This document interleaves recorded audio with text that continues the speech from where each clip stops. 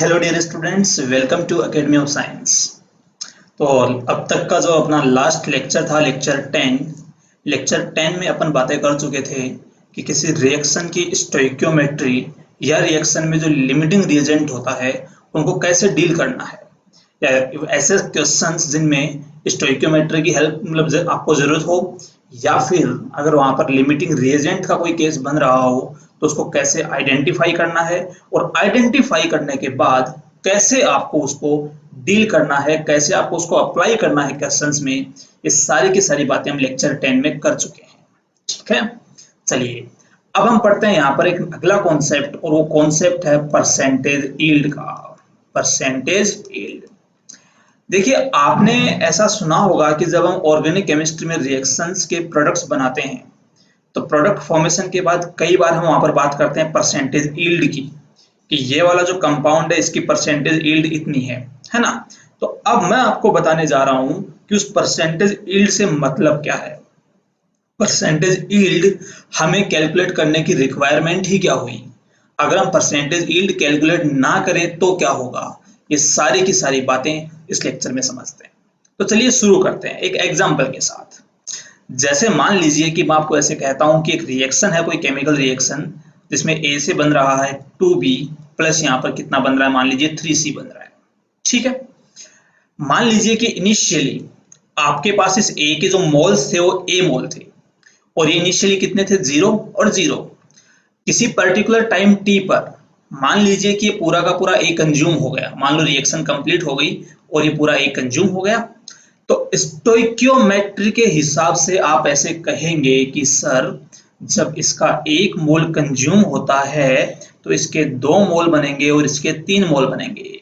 तो यहां पर इसका ए मोल कंज्यूम होने पर इसके कितने मोल बनने चाहिए, 2A, और इसके कितने बनने चाहिए, 3A मोल्स इसके बनने चाहिए। यहां तक आपकी बात बिल्कुल सही है। अब मेरा क्वेश्चन ध्यान से सुनिएगा। जब मैंने आपको ये वाला एग्जाम्पल या ये वाला क्वेश्चन करने के लिए दिया तो आप लोगों ने क्या किया होगा कि पक्का आपने अपनी नोटबुक निकाली होगी, और नोटबुक निकाल के मतलब ये आप ऐसे करो, नोटबुक कर लो या कोई भी आपने पेपर निकाला होगा, पेपर लिया आपने और पेन लिया। आपने पेपर और पेन का इस्तेमाल करते हुए और थोड़ा सा अपने दिमाग का भी इस्तेमाल करते हुए इस क्वेश्चन को सॉल्व कर लिया, और सॉल्व करके आपने मुझे बता दिया कि सर बी जो बनेगा वो 2A बनेगा और सी कितना बनेगा यहाँ पर 3A। ठीक है, क्या आप इस बी और सी की अमाउंट फाइंड आउट करने के लिए अभी आप लैब में गए, या फिर आपने अपने रूम पर या अपने घर पर बैठे बैठे पेपर और पेन लेके इसको सोल्व कर लिया? तो आंसर आप कहोगे सर हम तो अभी लैब में गए ही नहीं हैं, हमने तो इस क्वेश्चन को देखते ही स्टोइक्योमेट्री वाला कॉन्सेप्ट यूज किया। अरे स्टोइक्योमेट्री तो यूज कर रहे हैं ना, इसमें स्टोइक्योमेट्री यूज करके हमने इसका आंसर पता कर लिया। क्लियर है? तो अब मेरी बात ध्यान से सुनिए, ध्यान से सुनना है, जो चीजें मैं आपको बता रहा हूं ये आगे पूरी फिजिकल केमिस्ट्री में काम आने वाली है। अगर आप किसी क्वेश्चन को या किसी एक्सपेरिमेंट को या कोई कैलकुलेशन है, मान लीजिए कोई भी रिएक्शन है, ठीक है, उस रिएक्शन के अंदर कोई भी कैलकुलेशन चल रही है, उस रिएक्शन में कोई भी कैलकुलेशन कर रहे हो आप, वो अगर आप कैलकुलेशन कर रहे हैं विदाउट गोइंग इनटू लैब, तो देखिए जो भी कैलकुलेशन आप करेंगे उस कैलकुलेशन को माना जाएगा थ्योरेटिकल कैलकुलेशन, उसको बोलेंगे थ्योरेटिकल वैल्यू या थ्योरेटिकल कैलकुलेशन। लेकिन अगर आप उसी को परफॉर्म कर रहे हैं लैब में, आपने लैब में एक्चुअल में जाके वो रिएक्शन करवाई, लैब में आपने एक्चुअल में ए से रिएक्शन करवा के 2B और 3C बनाया, और रिएक्शन करवा के वहां से आपको जो B और C मिले, जब आपने उनकी अमाउंट वहां से फाइंड आउट की तो यहां से जो वैल्यूज मिलेंगी उनको हम बोलेंगे एक्सपेरिमेंटल। क्या बोलेंगे उनको? एक्सपेरिमेंटल बोल देंगे, या फिर हम उनको बोल देंगे एक्चुअल, कि एक्चुअल में आपको इतनी अमाउंट मिली है, या फिर कई बार इनको हम बोल देते हैं ऑब्जर्व्ड। ऑब्जर्व्ड क्या बोल देंगे इनको? ऑब्जर्व्ड। तो मेरी बात ध्यान से सुनिए, जो भी आप कैलकुलेशन बिना लैब में जाए खुद परफॉर्म करते हैं, एक पेन और पेपर लेके, मान लीजिए कोई भी आपने पेन ले रखा है और पेपर ले रखा है, पेपर पर आप कैलकुलेशंस कर रहे हैं स्टोइक्योमेट्री यूज करके, एज पर स्टोइक्योमेट्री, ये भी ध्यान रखें, एज पर स्टोइक्योमेट्री, आपने स्टोइक्योमेट्री वाला कॉन्सेप्ट लगाया और वो यूज करके अगर आप कोई ऐसी कैलकुलेशन कर रहे हैं तो उसको हम बोलेंगे थ्योरेटिकल। क्या बोलेंगे उसको? थ्योरेटिकल। लेकिन लैब में गए, आपने एक्चुअल में एक बीकर लिया, बीकर में आपने ये जो ए सब्सटेंस है वो ए सब्सटेंस लिया, फिर आपने रिएक्शन करवाई, बी बना, सी बना, बी कितना बना और सी कितना बना, ये आपने एक्चुअल में वहां जाके उनको वेट, उनका वेट आपने किया है ना, और उनका वेट करने के बाद आपने बताया कि सर इतना तो बनेगा बी और इतना बनेगा सी। तो उस वैल्यू को हम बोलेंगे एक्सपेरिमेंटल, एक्चुअल या ऑब्जर्व्ड। दोनों बातों में आपको फर्क समझ में आ गया होगा। यही नहीं, पूरी की पूरी केमिस्ट्री में जहां पर भी बात आती है थ्योरेटिकल, या फिर इसका एक नाम और होता है, इसको कैलकुलेटेड भी बोलते हैं। कैलकुलेटेड का मतलब होता है कि जो आपने फॉर्मूला यूज करके, कैलकुलेशंस करके आपने जो वैल्यू निकाली उनको बोलते हैं कैलकुलेटेड या थ्योरेटिकल बोलते हैं इनको।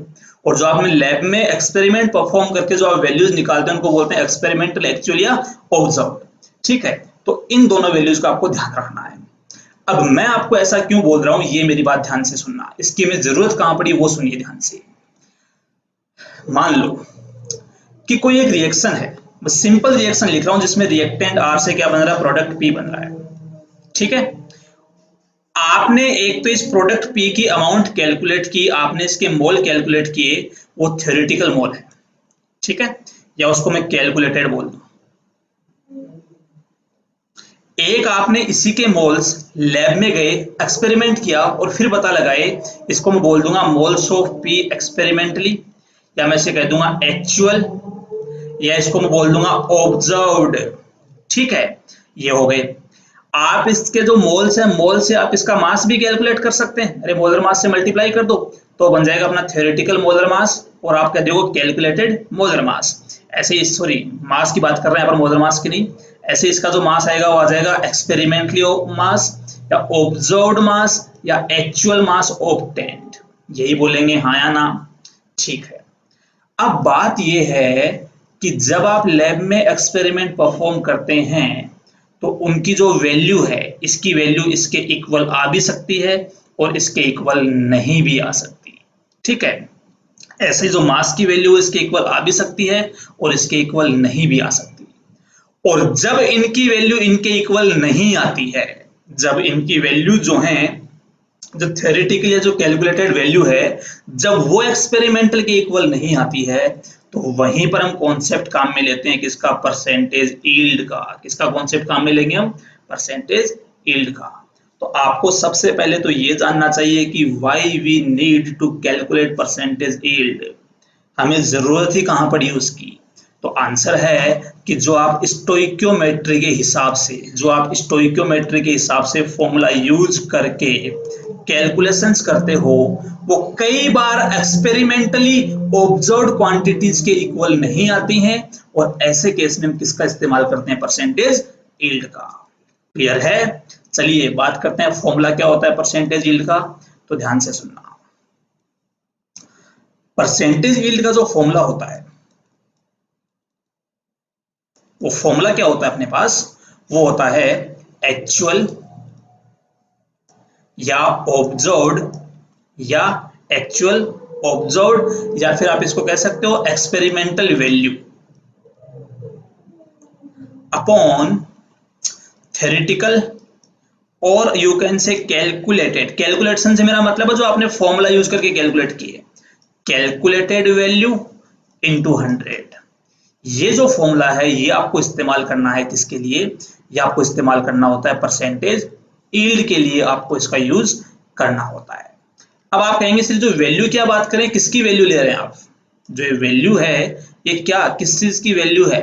ध्यान से सुनिए, ये वैल्यू है, ये आपके नंबर ऑफ मोल्स भी हो सकते हैं, ये आपका मास भी हो सकता है। ठीक है, तो आप या तो इसको मोल्स में डील कर लीजिए या आप इसको मास में डील कर लीजिए, मतलब मोल ले लीजिए या फिर आप मास ले लीजिए। लेकिन ध्यान रहे, अगर आप ऊपर मोल्स ले रहे हैं तो नीचे भी आपको मोल्स ही लेने हैं, अगर आप ऊपर मास ले रहे हैं तो नीचे भी आपको क्या लेना है? बोलो, मास ही लेना है। ठीक है, क्योंकि परसेंटेज यील्ड की कोई यूनिट नहीं होती है, डायमेंशन लेस क्वांटिटी होती है। क्लियर है? तो ये हो जाएगा। नेक्स्ट पॉइंट समझिए, इसका मतलब क्या है? इसका मतलब ये कि देखो, दो टाइप की रिएक्शंस होती हैं, दो टाइप की रिएक्शंस होती हैं।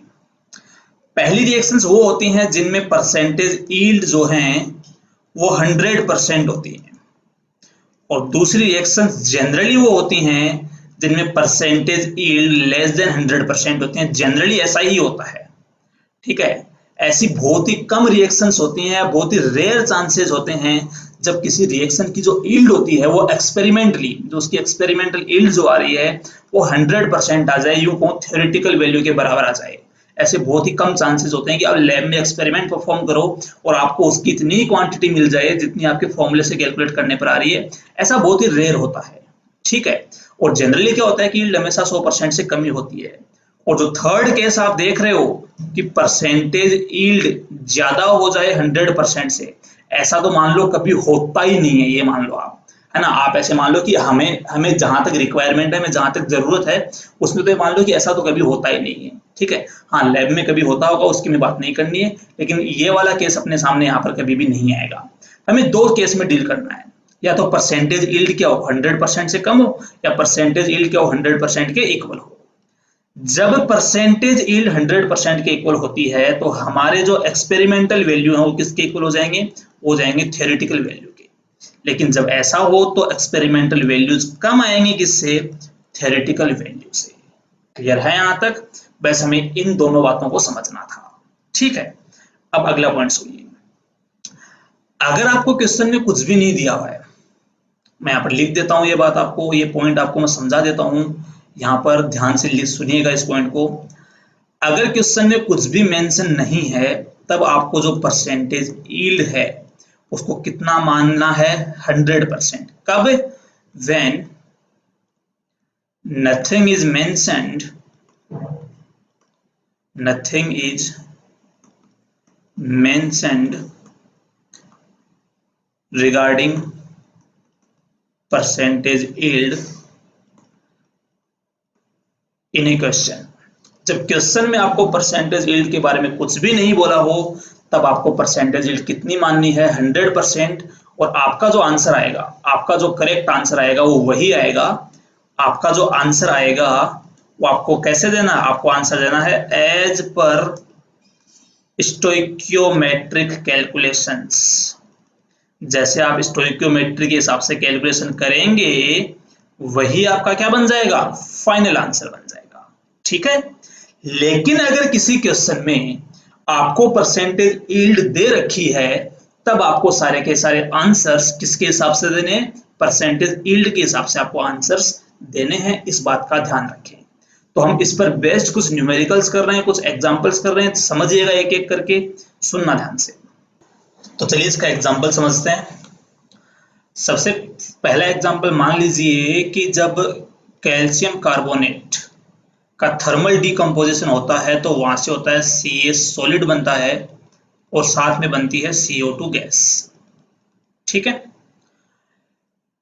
इसमें मान लीजिए आपको कैल्शियम कार्बोनेट के जो मोल्स दे रखे हैं वो आपको 4 मोल दे रखे हैं कैल्शियम कार्बोनेट के, और अभी तक आपको इस रिएक्शन की यील्ड के बारे में कुछ भी नहीं दिया गया है।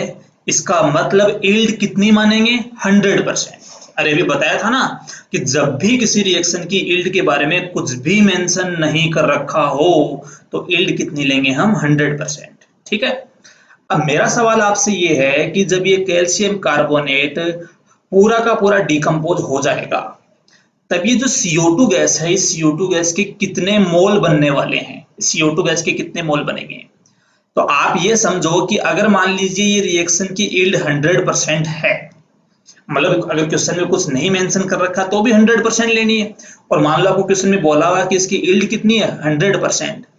तो जब इसके पूरे के पूरे 4 मोल यहाँ से डिसोशिएट होंगे तो आपको पता है कि स्टोइकियोमेट्री के हिसाब से, अरे मैंने आपको क्या बताया था कि जब यील्ड होती है 100% तो हमें किसके हिसाब से आंसर देना होता है, तब हमें स्टोइकियोमेट्री के हिसाब से ही आंसर देना होता है, ठीक है। तो इसके 1 मोल से CO2 का कितना मोल बनेगा, 1, क्योंकि रिएक्शन बैलेंस्ड है वाली। तो 4 मोल से CO2 के कितने मोल बन जाएंगे यहाँ पर, 4 मोल, ठीक है। अब मान लीजिए कि जो इसकी यील्ड है ना वो 100% नहीं, वो 50% ही है। जैसे ही उसकी यील्ड 50% होगी तो ये आपको यील्ड क्या बता रही है, इसका मतलब क्या है वो समझिए। 50% यील्ड का मतलब ये है कि जितना आपका प्रोडक्ट बन रहा है जितना प्रोडक्ट आपका स्टोइक्योमेट्री के हिसाब से बन रहा है उसका केवल 50% ही बनेगा। कितना बनेगा उसका? केवल 50%। तो बताइए कि स्टोइक्योमेट्री के हिसाब से 4 मोल से कितने मोल बनने चाहिए? 4 मोल ही बनने चाहिए। लेकिन ये कह रहा है कि उसका भी कितना परसेंट बनेगा? अब 50%। तो 4 मोल का 50% कितना होता है? 2। तो इस केस में कितना आ जाएगा? 2 मोल इसका आंसर आ जाएगा। अरे अगर आपको ऐसे नहीं समझ में आता तो इसको ऐसे कैलकुलेट कर लो। यील्ड कितनी दे रखी है? 50%। आपको एक्सपेरिमेंटल मोल निकालने, अपॉन क्या होता है? थ्योरेटिकल मोल। थ्योरेटिकल मोल कितने हैं? 4। अरे थ्योरेटिकल तो वही होता है ना जो हम स्टोइक्योमेट्री के हिसाब से निकालते हैं। तो ये कितना हो जाएगा यहाँ पर? इंटू अपॉन कितना आएगा? 4। इंटू कितना कर लेंगे इसको? 100 कर लेंगे। सोल्व करने पर यहाँ से एन एक्सपेरिमेंटल कितना आ जाएगा? 2 आ जाएगा। या फिर आप डायरेक्ट बता दो कि 50% यील्ड है, मतलब जितना स्टोइक्योमेट्री के हिसाब से बनना चाहिए था उसका 50% ही बनेगा। चलिए और समझते हैं। मान लो यील्ड हो गई इसकी 30% यील्ड हो गई, तो स्टोइक्योमेट्री के हिसाब से कितने मोल बन रहे हैं? 4। अब इसका कितना बनेगा? केवल 30%। तो आंसर आ जाएगा 4 इंटू 30/100 और आंसर आ जाएगा 1.2 मोल बनेंगे। किसके? बोलो, CO2 के। ठीक है। ऐसे ही अगर मान लीजिए आपसे मैं पूछूं कि अगर इसकी यील्ड हो 25%, कितने परसेंट हो? 25%। तो बताइए इस 4 मोल का कितना परसेंट बनेगा? 25। तो आंसर कितना आ जाएगा? 1 मोल आ जाएगा। ठीक है। ऐसे ही आप CO सॉलिड की अमाउंट भी देख सकते हो, क्योंकि इसके 1 मोल से इसका भी 1 मोल बनेगा, तो इसके 4 से इसके कितने बनेंगे? 4 बनेंगे। 50% यील्ड में इसके भी कितने मोल बनेंगे? 2। 30% में इसके भी कितने मोल बनेंगे? 1.2। 25% में इसके भी कितने मोल बनेंगे? 1 मोल बनेंगे। तो इस तरीके से यील्ड वाले कॉन्सेप्ट को शामिल करके आप क्वेश्चंस के आंसर दे सकते हैं। समझ में आ गई बात आपको यहाँ तक? चलिए इस पर एक न्यूमेरिकल और करके देखते हैं, थोड़ा सा आपको और चीजें क्लियर हो अच्छे से। जैसे कि मान लो ये वाला सवाल है, पूरा क्वेश्चन ध्यान से समझिएगा। सवाल ये है कि what mass of P4O10 was obtained when 1.24 gram of P4 reacts with 1.92 gram of O2। Question पढ़ने के बाद ये कह रहा है कि P4O10 का कितना मास हमें मिलेगा, कितना मास उसका प्रोड्यूस होगा अगर P4 और O2 आपस में रिएक्शन करके बना रहे हैं। तो आप देखिए, पहले इनकी रिएक्शन लिखते हैं। हमें रिएक्शन नहीं दे रखी है, तो P4 जब O2 से रिएक्ट करेगा तो फॉर्मेशन किसका होगा? P4O10 का। ठीक है। क्या ये रिएक्शन बैलेंस्ड है? नहीं है। तो मैंने आपको बताया हुआ है कि मोल कॉन्सेप्ट के अगर क्वेश्चन आप कर रहे हो और अगर आपने रिएक्शन बैलेंस नहीं की तो आपका आंसर नहीं आएगा। बोला था मैंने। तो पहले इसको बैलेंस करना पड़ेगा हमें। तो बैलेंस करने के लिए यहाँ 4 फॉस्फोरस है, राइट हैंड साइड में भी 4 फॉस्फोरस है। यहाँ पर 10 ऑक्सीजन है, यहाँ पर केवल 2 ही ऑक्सीजन है, तो इसको मल्टीप्लाई किससे कर देंगे? 5 से। ठीक है। अब चलिए ऐसा देखो, आपको P4 की जो अमाउंट है वो कितनी दे रखी है? वो दे रखी है 1.24 ग्राम। O2 की अमाउंट आपको दे रखी है 1.92 ग्राम। मेरा आपको बताया हुआ है कि रिएक्शन की डीलिंग कभी भी मास में नहीं करेंगे। किसमें करेंगे? मोल में करेंगे। तो मोल कैलकुलेट कर लेते हैं। तो P4 का मोलर मास हो जाएगा 124। इसका मोलर मास O2 का कितना होता है? 32। तो मोल कैलकुलेट करने पर इसके कितने मोल आएंगे? यहाँ पर इसका मोल आ जाएगा 0.01 मोल आ गया, और इसके मोल आई थिंक आ जाएंगे 0.06 मोल। ये आ गए इन दोनों के मोल्स। ठीक है।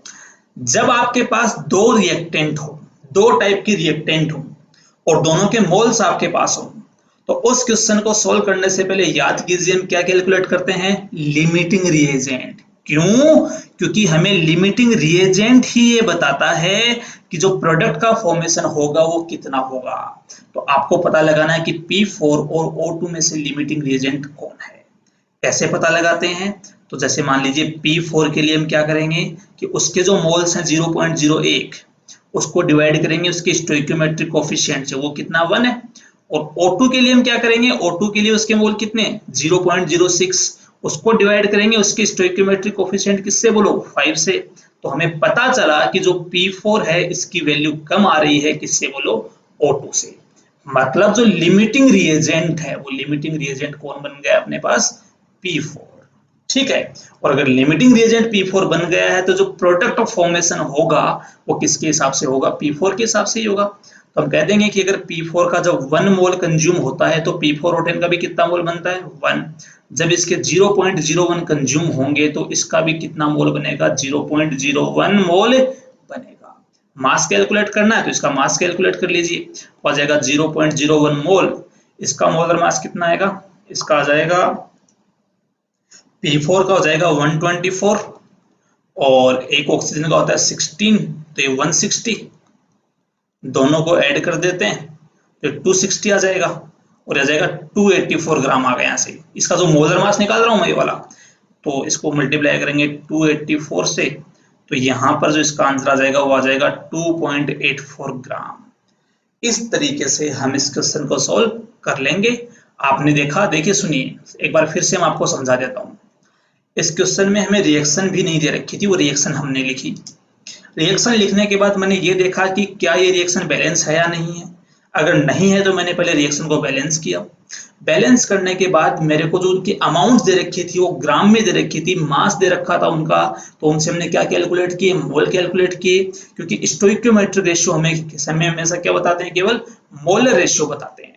ठीक है, वो करने के बाद मैंने अलग से साइड में लिमिटिंग रिएजेंट का पता लगाया, फिर लिमिटिंग रिएजेंट के हिसाब से मैंने प्रोडक्ट के मोल्स पता किए, उसको मोलर मास से मल्टीप्लाई करके उसका मास हमने पता लगाया।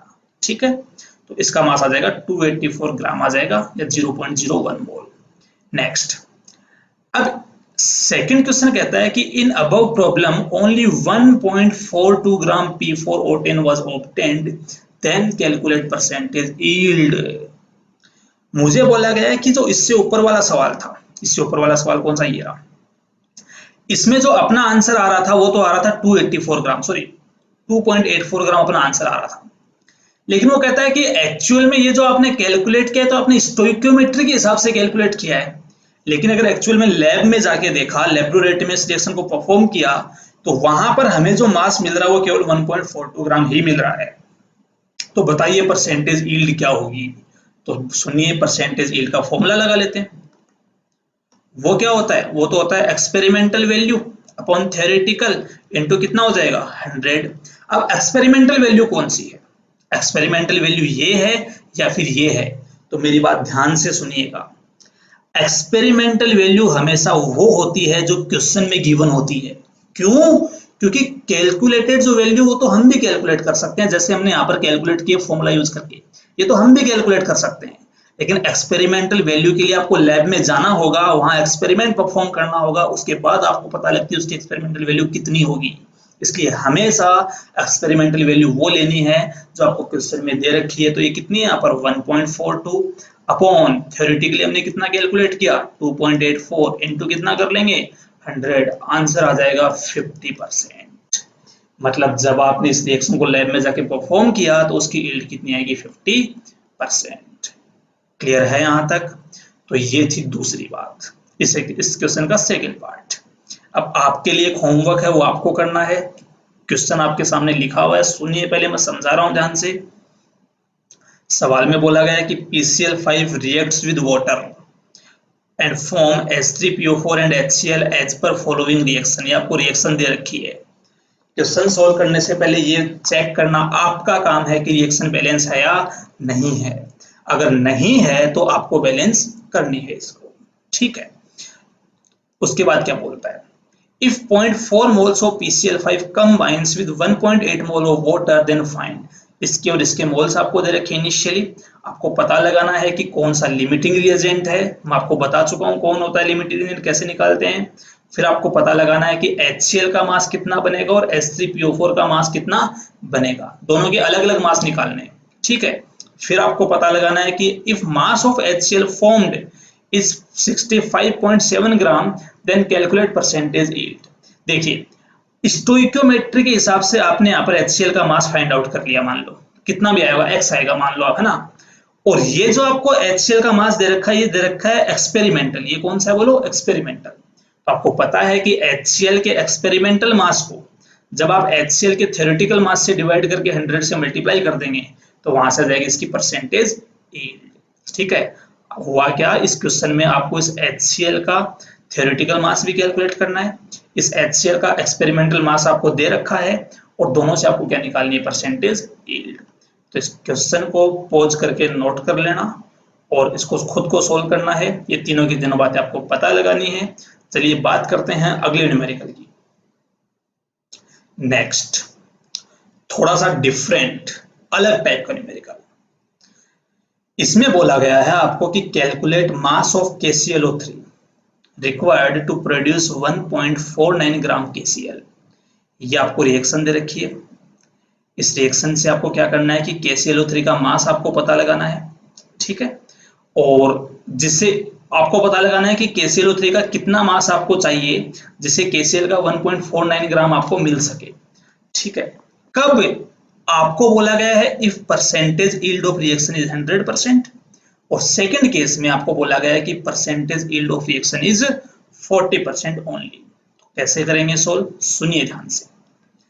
आपको रिएक्शन दे रखी है KClO3 कन्वर्ट हो रहा है KCl प्लस O2 में। मेरा पहला सवाल, क्या रिएक्शन बैलेंस्ड है? तो आप देखेंगे कि नहीं सर, यहाँ पर 3 ऑक्सीजन है, यहाँ पर 2 है, तो रिएक्शन तो बैलेंस्ड नहीं है। तो क्या करें, तो एक काम कर लीजिए, यहाँ पर K एक है, यहाँ पर भी K एक ही है, क्लोरीन भी यहाँ पर एक एक ही है, ऑक्सीजन यहाँ पर 3 है, यहाँ कितना है, 2 है। तो आप एक काम कर लीजिए, इसको 3/2 से मल्टीप्लाई कर लो। अब ये रिएक्शन क्या बोलो, बैलेंस्ड है। क्लियर है। नेक्स्ट आपको कहता है कि भाई KCl का कितना मास बनना चाहिए यहाँ पर, तो कहता है 1.49 बनना चाहिए। तो KCl का जो मास बनना चाहिए वो बनना चाहिए 1.49 ग्राम। मोल कैलकुलेट कर लेते हैं यहाँ से, तो हो जाएगा 1.49 अपॉन KCl का जो मोलर मास है वो हो जाएगा, पोटेशियम का कितना होता है, पोटेशियम का होता है 39 और क्लोरीन का होता है 35.5। ये बन जाएगा इसका मोलर मास, ठीक है। इसको 1 मिनट आपको मैं कैलकुलेट करके बता रहा हूं।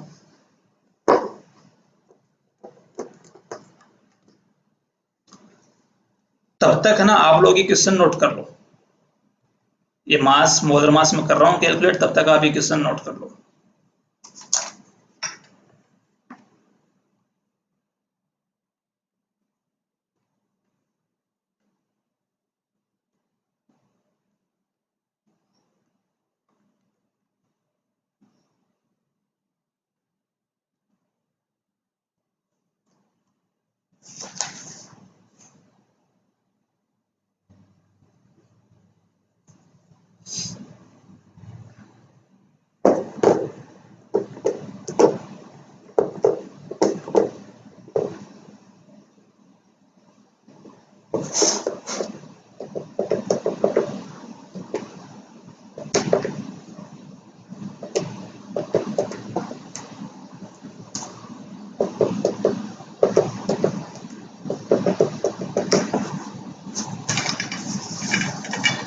तो आपने क्वेश्चन नोट कर लिया होगा। तो जब आप इसको सोल्व करेंगे पूरा, तो सोल्व करने पर इसके जो मोल्स आ रहे हैं वो आ रहे हैं 0.02 मोल इसके आ रहे हैं, ठीक है। आपसे पूछा गया है कि इसका मास कितना होगा, तो एक काम कर लेते हैं, इसका मास मान लेते हैं x ग्राम, कि इसका मास कितना लिया हमने, x ग्राम। तो इसके मोल्स भी यहाँ पर कैलकुलेट कर लेते हैं, तो मोल्स आ जाएंगे x अपॉन KClO3 का जो मोलर मास होता है वो होता है 122.5। क्लियर है यहाँ तक। अब पहला केस, फर्स्ट केस इसमें समझा रहा हूं आपको कि जब यील्ड 100% हो।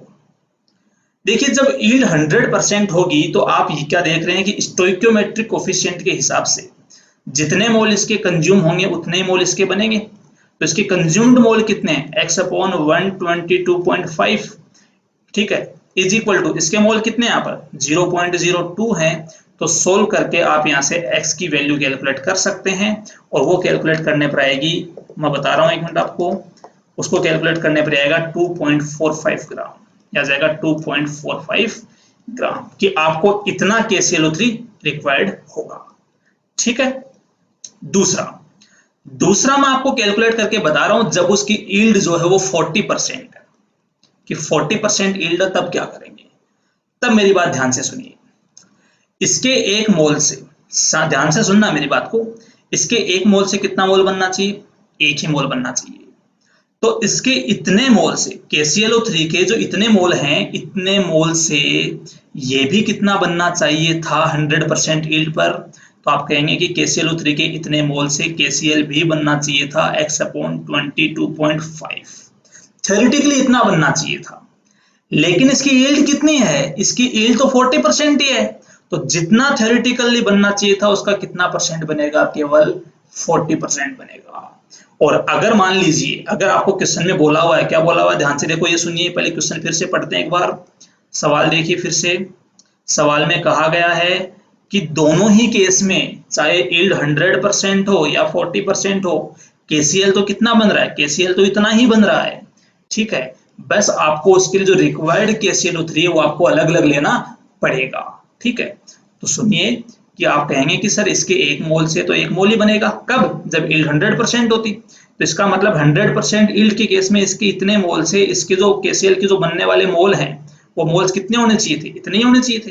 लेकिन जब यील्ड 40% है तो किससे मल्टीप्लाई कर देंगे? 40/100 से, और ये इक्वल आना चाहिए इस 0.02 के, ठीक है।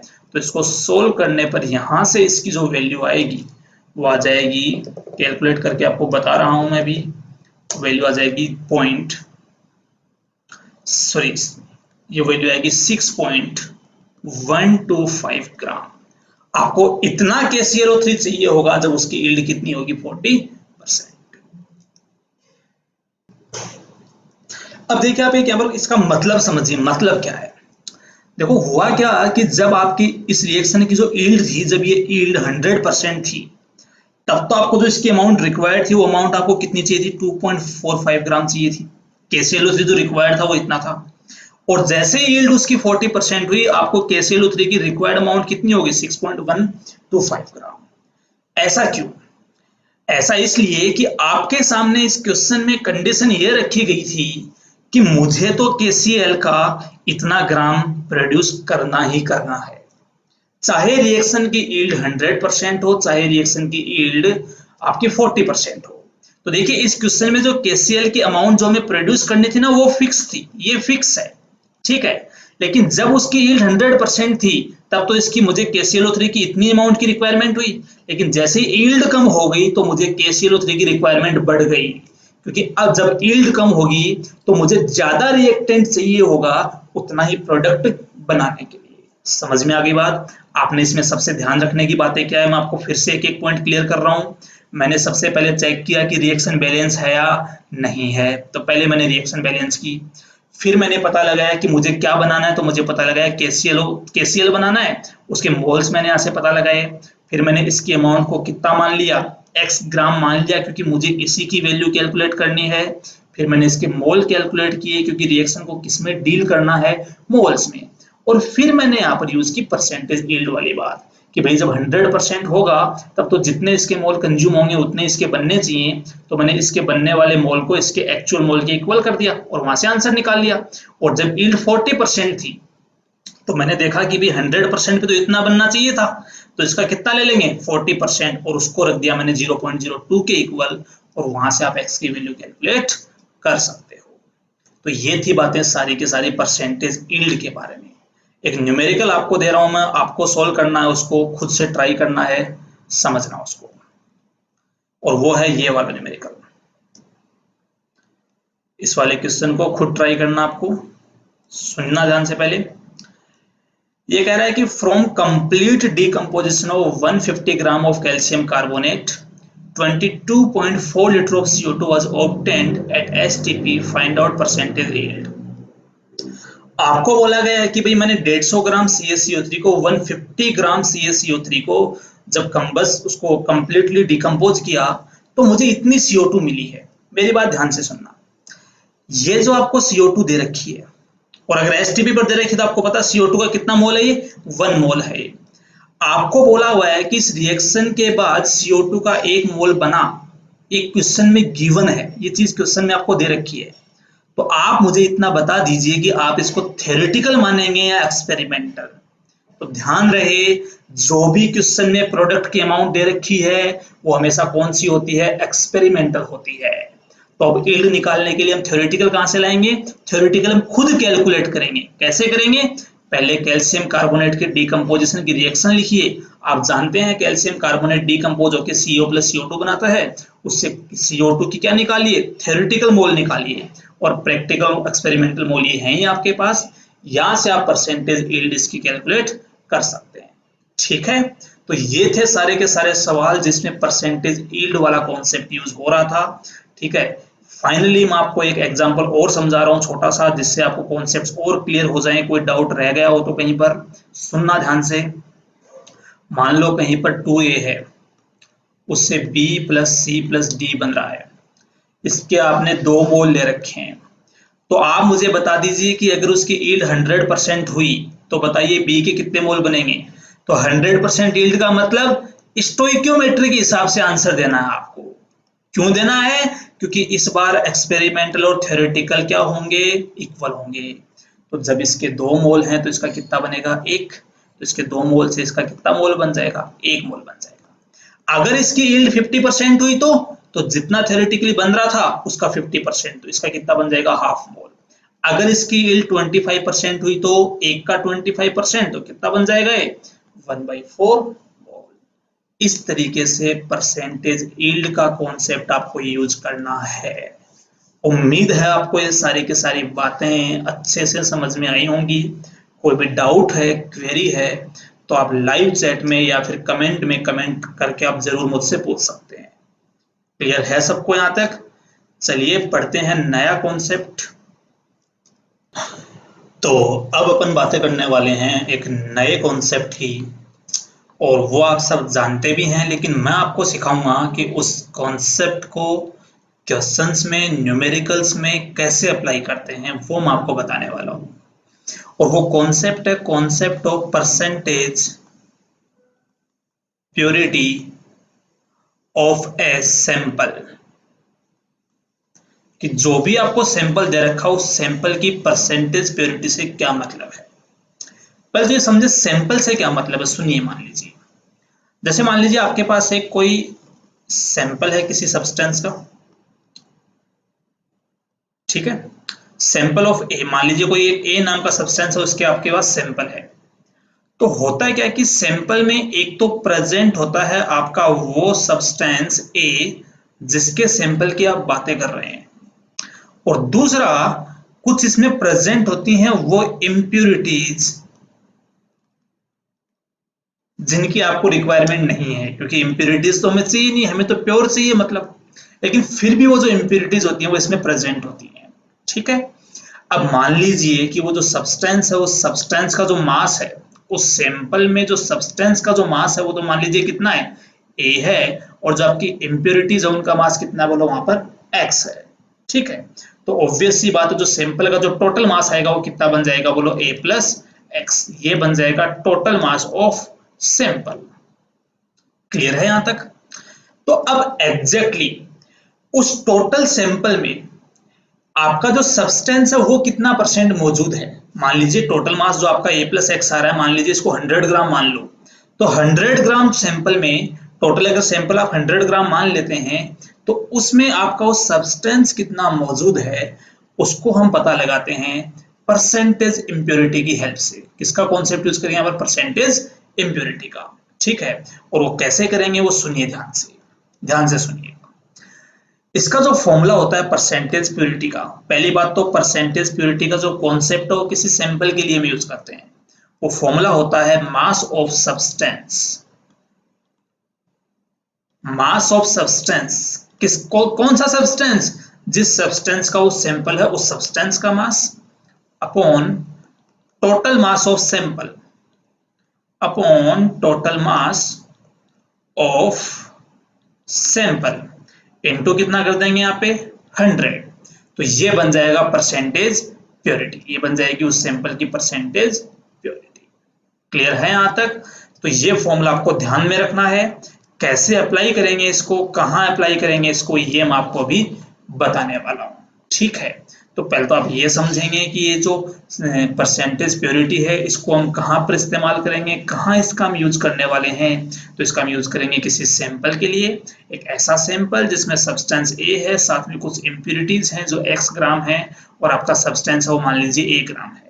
ठीक है, तो ऐसे केस में जो परसेंटेज प्योरिटी कैलकुलेट करेंगे वो बन जाएगा मास ऑफ सब्सटेंस। सब्सटेंस कौन है यहाँ पर, मान लीजिए वो ए है, upon total mass of sample into 100। Clear है? चलिए अब मैं आपको कुछ अलग अलग टाइप के क्वेश्चंस की लैंग्वेज आपको बता रहा हूँ। क्वेश्चंस की जो लैंग्वेज आपको किस टाइप में दी हुई हो सकती है वो सुनिए। डिफरेंट लैंग्वेजेस मतलब एक ही क्वेश्चन को अलग अलग तरीके से कैसे आपको दिया हुआ हो सकता है। आपको कोई यूं कह दे कि x ग्राम ऑफ आयरन, आपको कोई ऐसे कह दे कि ये sample containing x gram of iron, ठीक है। या आपको कोई कह दे कि x gram sample containing iron, ठीक है। ये तीन बातें हैं, तीनों बातों को हम ध्यान से समझेंगे, सुनिए।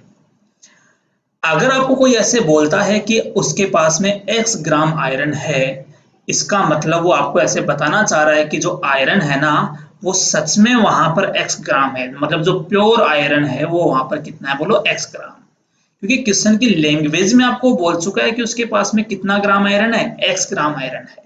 आपको आयरन का मास वो बता चुका है वहां पर कि आयरन का मास कितना है, वहां पे x ग्राम है। ये क्वेश्चन की लैंग्वेज में आपको दिया जा चुका है, ठीक है।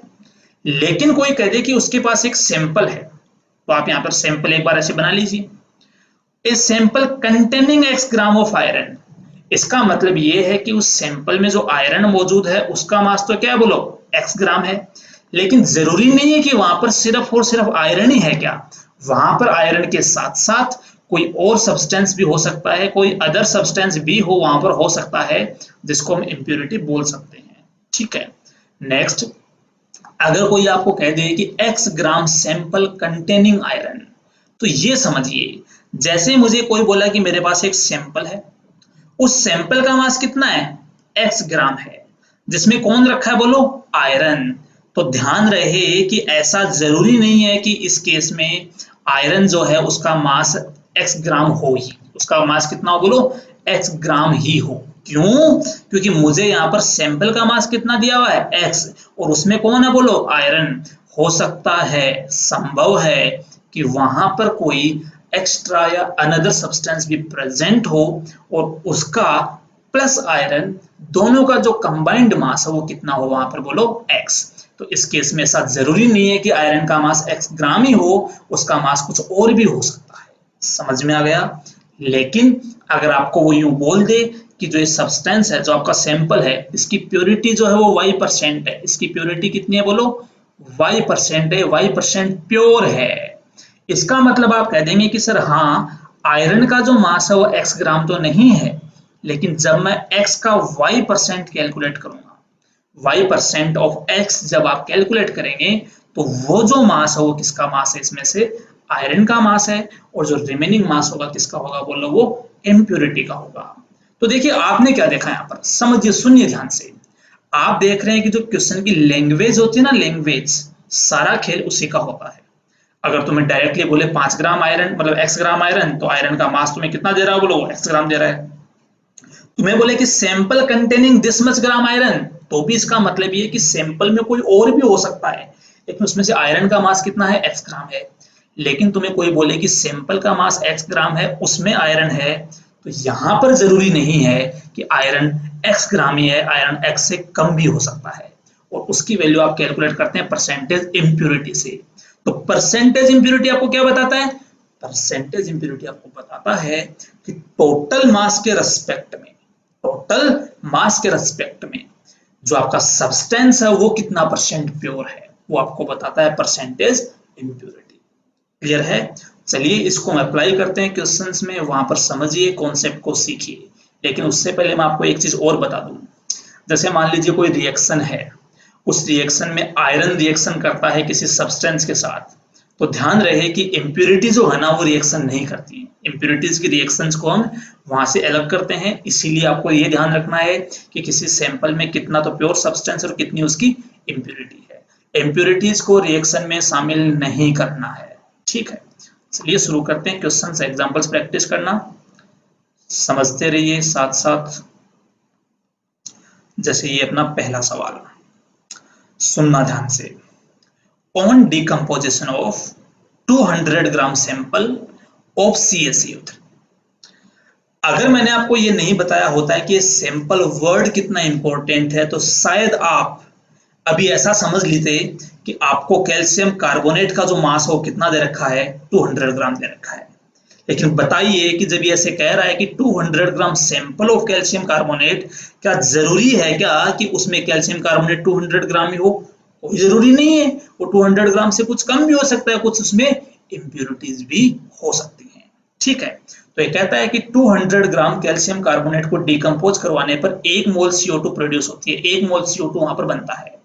आपसे पूछा गया है कि find out percentage purity of calcium carbonate sample. आपसे सवाल पूछ लिया ना उसने कि जो आपने अभी भी सैंपल देखा था कैल्शियम कार्बोनेट का, उसकी परसेंटेज प्योरिटी बताइए। कैसे करें इस सवाल को सोल्व, मैं आपको सिखाता हूं। सुनिएगा ध्यान से। ये सैंपल है अपना, उस सैंपल का मास कितना दे रखा है, 200 ग्राम। सैंपल में है कौन कौन? एक तो कैल्शियम कार्बोनेट है और एक क्या है, इम्प्यूरिटीज है। आपने सैंपल को हीट किया, तो देखिए सैंपल को हीट करने पर जो डीकम्पोजिशन होगा जिससे हमें CO2 गैस मिलेगी, तो देखिए वो डीकम्पोजिशन तो कैल्शियम कार्बोनेट का होगा ना। तो यहाँ पर कैल्शियम कार्बोनेट डीकम्पोज होके क्या बना लेगा, CaO सॉलिड बना लेगा और साथ में बन जाएगी CO2 गैस। क्या इंप्योरिटीज के डिकम्पोजिशन से CO2 गैस बनेगी? क्या नहीं बनेगी। ठीक है ना, तो इसलिए यहां पर ये ध्यान रहे कि मेरी यहां पर जो डिकम्पोजिशन जो हो रहा हो केवल और केवल किसका हो रहा है, कैल्शियम कार्बोनेट का। क्लियर है? आपको नहीं पता फिलहाल कि कैल्शियम कार्बोनेट का मास कितना है यहाँ पर, तो आप मान लीजिए कि इसका मास कितना है, x ग्राम। तो इसका मास कितना ले लेंगे हम यहाँ पे, x ग्राम। ठीक है, एक बार क्वेश्चन को फिर से पढ़िएगा। क्वेश्चन में बोला गया है कि 1 मोल CO2 बन रहा है, तो क्वेश्चन में आपको बोला है तो मान लीजिए कि यहाँ पर CO2 का फॉर्मेशन कितना हो रहा है, 1 मोल। क्या इस क्वेश्चन में परसेंटेज यील्ड के बारे में आपको कुछ भी बोला गया है? नहीं।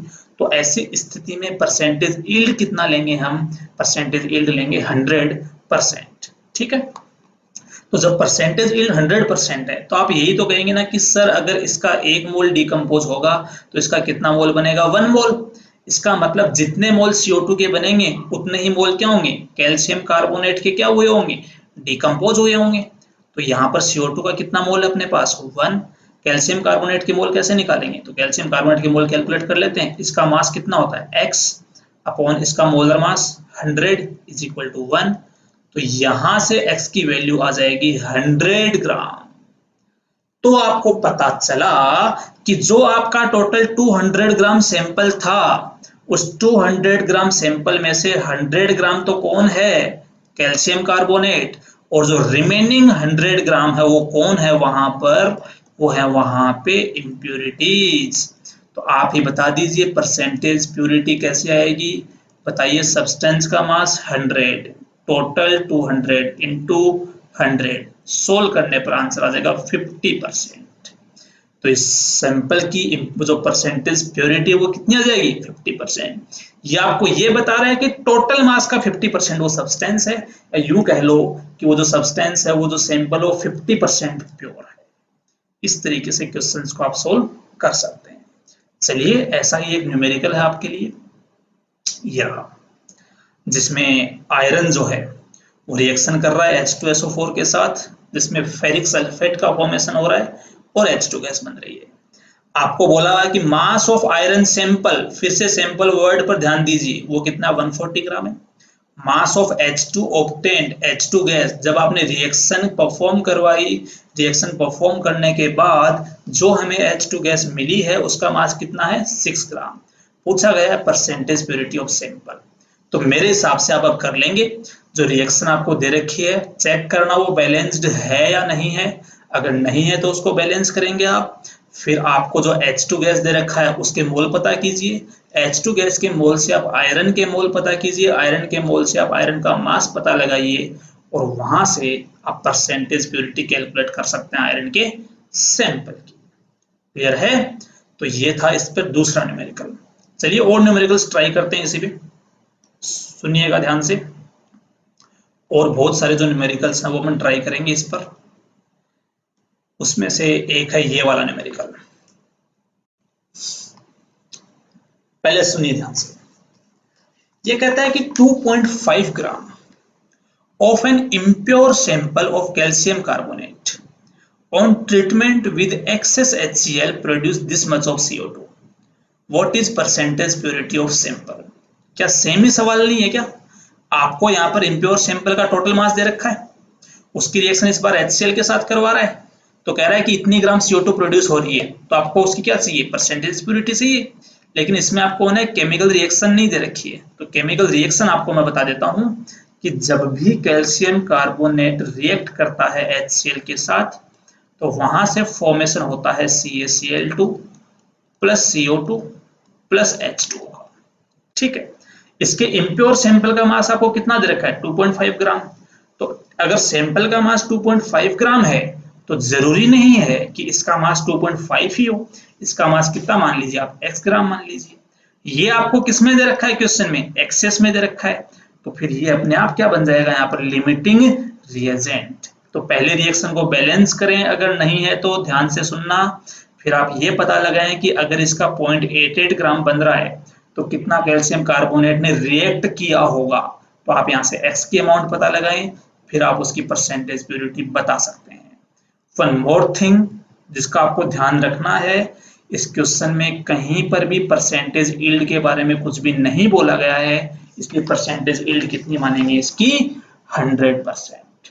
ठीक है, नेक्स्ट अगला सवाल ये समझिए। On heating 80% pure calcium carbonate sample, this much gram of CO2 was produced. What mass of calcium carbonate sample was heated?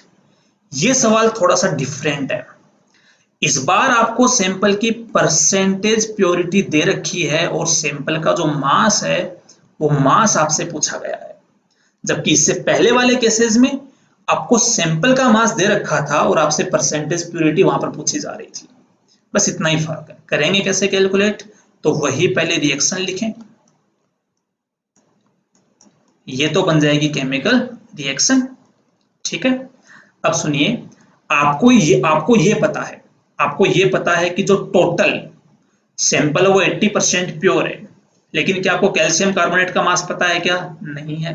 तो एक काम कर लेते हैं, मान लेते हैं कि let total mass of sample, वो मैंने मान लिया x ग्राम है। सैंपल का टोटल मास कितना मान लिया हमने? x ग्राम। अगर सैंपल का टोटल मास x ग्राम है और वो 80% प्योर है, तो कैल्शियम कार्बोनेट का मास कितना आ जाएगा? x इंटू 80 अपॉन कितना आ जाएगा? 100। तो सोल्व करने पर ये कितना आ जाएगा? यहाँ से इससे ये कैंसिल, ये बन जाएगा 4x/5 ग्राम। ये आ जाएगा कैल्शियम कार्बोनेट का मास। ठीक है, तो एक काम कर लेते हैं, इसके मोल्स कैलकुलेट कर लेते हैं। तो मोल्स इसके आ जाएंगे 4x/5। CaCO3 का मोलर मास कितना होता है? 100। तो सोल्व करने पर ये कितना बन जाएगा? x/125। ये आ गए इसके मोल्स। आपको बोला गया है कि जो CO2 कितना बन रहा है? CO2 बन रहा है 1.76 ग्राम। परसेंटेज यील्ड के बारे में कुछ भी नहीं बोला गया, मतलब कितनी मानेंगे? 100%।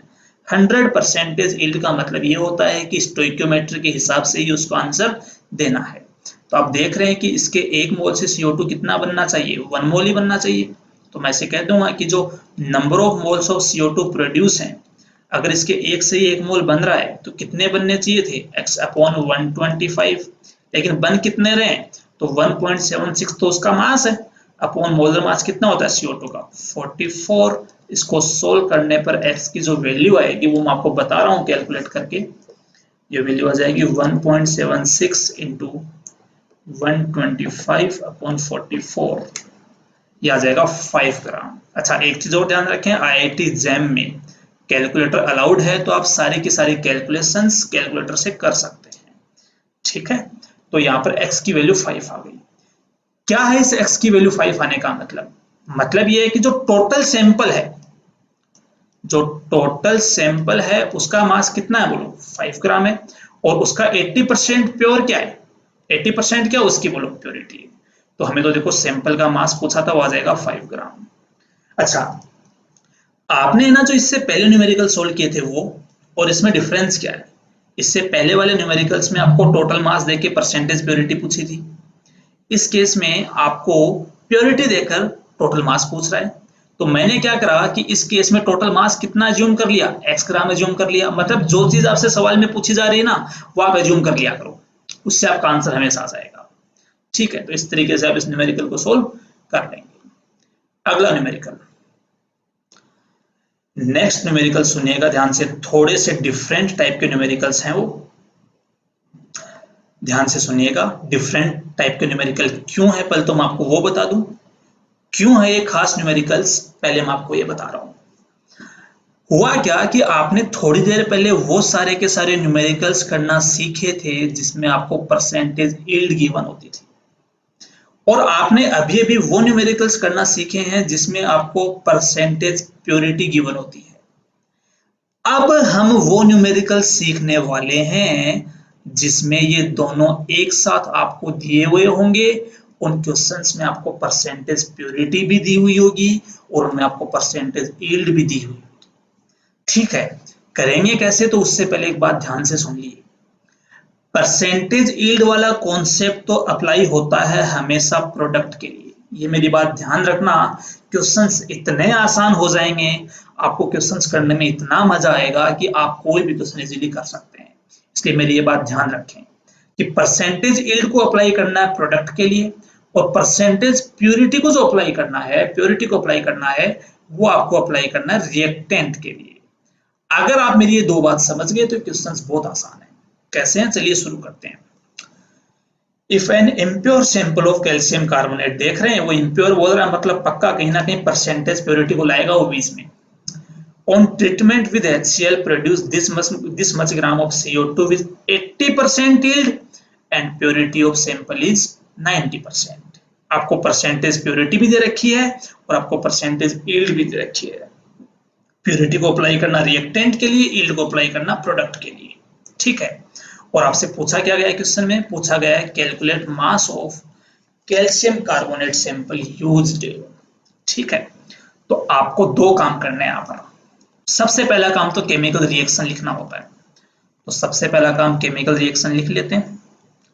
कैल्शियम कार्बोनेट, ये इसको मैं सोल्व कर रहा हूँ क्वेश्चन को। यहाँ पर कैल्शियम कार्बोनेट की रिएक्शन HCl से हो रही है, तो वो बनाएगा CaCl2 plus CO2 plus H2।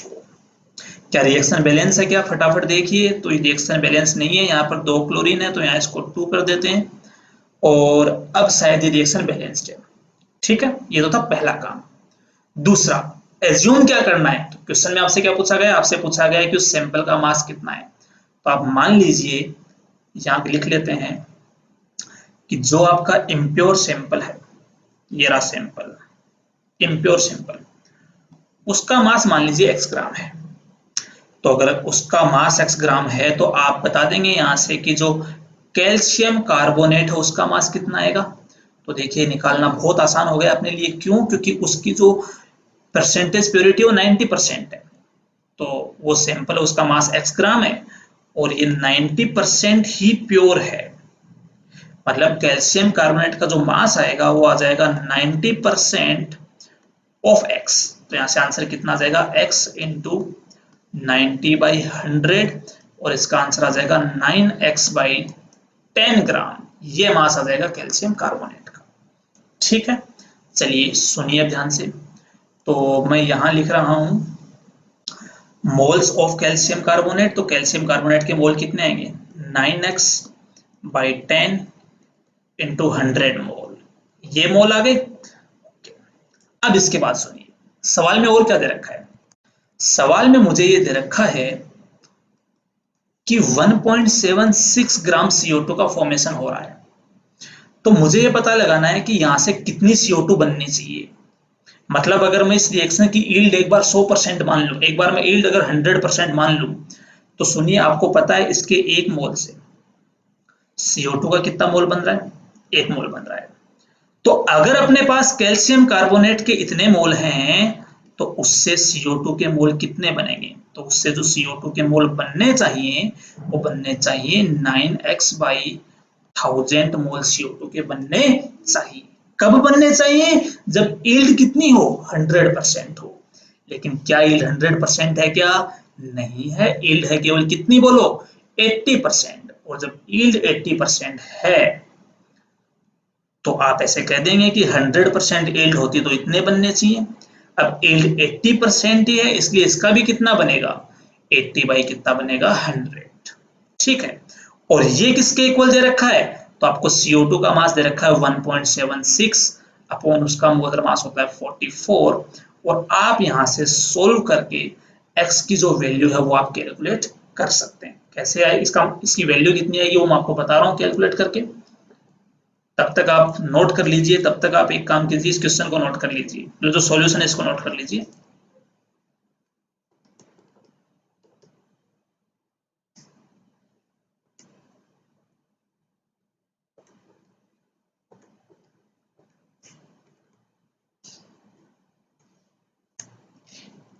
तो यहां पर जो x आ रहा है वो आ जाएगा अपना 5.55 ग्राम। तो ये आ जाएगा उस सैंपल का टोटल मास जिसने रिएक्शन की थी, जिसने रिएक्शन में पार्टिसिपेट किया था। ठीक है। एक बार फिर से मैं आपको पूरा का पूरा सवाल समझा देता हूं, पूरा का पूरा क्वेश्चन जो हम समझ लेते हैं। सुनिए ध्यान से। ये अपना सवाल था। पहली बात तो कॉन्सेप्ट क्या है कि जिसमें आपको परसेंटेज प्योरिटी, परसेंटेज यील्ड दोनों दे रखे हो, तो परसेंटेज प्योरिटी किसके लिए यूज करेंगे? रिएक्टेंट के लिए। यील्ड किसके लिए यूज करेंगे? प्रोडक्ट के लिए। इम्प्योर सैंपल था, उसका ट्रीटमेंट करवाया आपने, उसकी रिएक्शन करवाई आपने HCl के साथ। ठीक है। और ये HCl एक्सेस में, अभी HCl एक्सेस में है, तो उससे कितना बना? उससे बना 1.76 ग्राम ऑफ CO2, वो भी 80% यील्ड के साथ। And purity of carbonate is 90%। आपसे पूछा गया कि भैया टोटल मास कितना बनेगा, तो मैं कह रहा हूं इसी को x मान लीजिए। टोटल मास मैंने सैंपल का कितना मान लिया? x। उसकी प्योरिटी थी 90%, तो कैल्शियम कार्बोनेट का मास कितना आएगा? x into 90/100। ये कैल्शियम कार्बोनेट का मास आ गया। फिर क्या कर लेंगे? कैल्शियम कार्बोनेट के यहाँ से मोल निकाल लेंगे। और अगर इसकी यील्ड 100% होती तो जितने कैल्शियम कार्बोनेट के मोल डिकम्पोज होंगे उतना ही क्या बनेगा? CO2 बनेगा।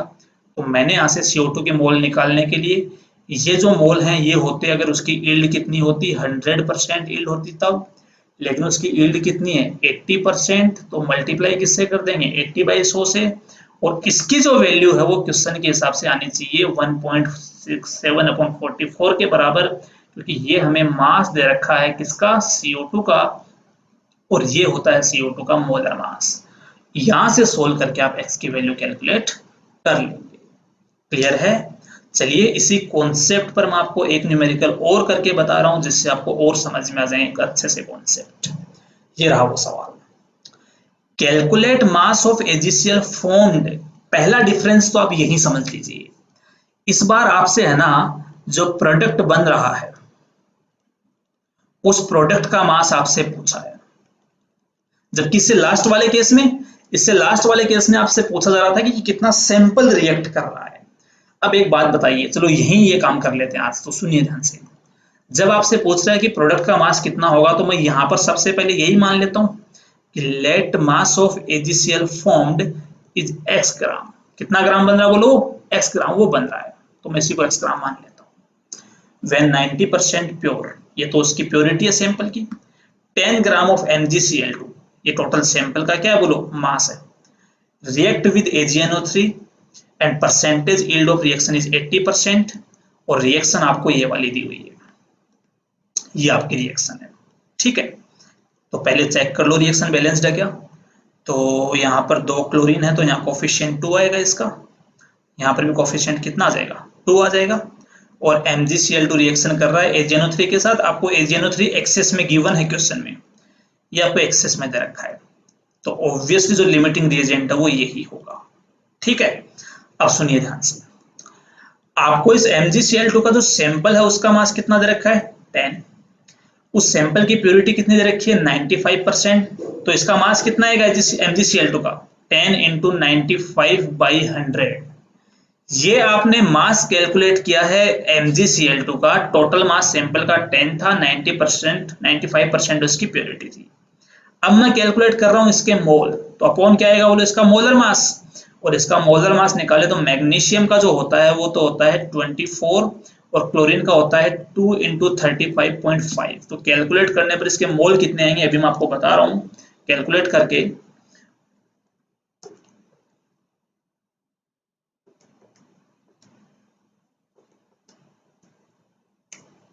इसके जो मोल्स यहां पर आएंगे वो आ जाएगा 0.1 मोल आ जाएगा।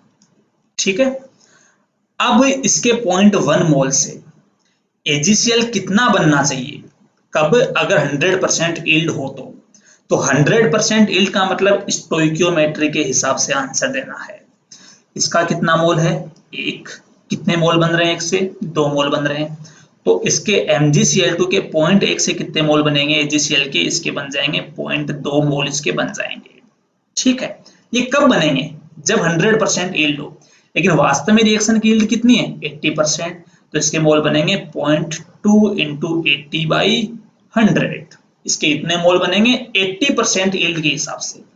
ठीक है, और इसका मास हमने कितना माना हुआ है, इसका मास हमने मान रखा है x अपॉन AgCl का जो मोलर मास है, सिल्वर का जो एटॉमिक मास होता है वो 108 होता है प्लस 35.5। सोल्व करके यहां से x की वैल्यू निकाल लीजिए, जो मैं बता रहा हूं कितनी आएगी।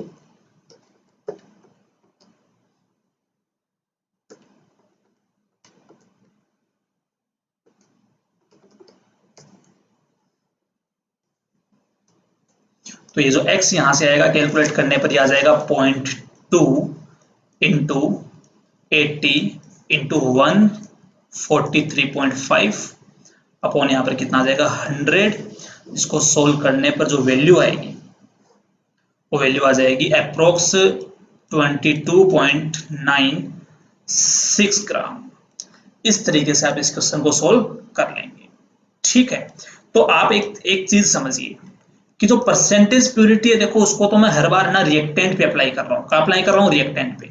और जो परसेंटेज ईल्ड है उसको मैं हर बार कहाँ अप्लाई कर रहा हूँ, प्रोडक्ट पे। बस आप ये दोनों बातें समझ लीजिए, बाकी आप सारे के सारे क्वेश्चन ऐसे सोल्व कर सकते हैं।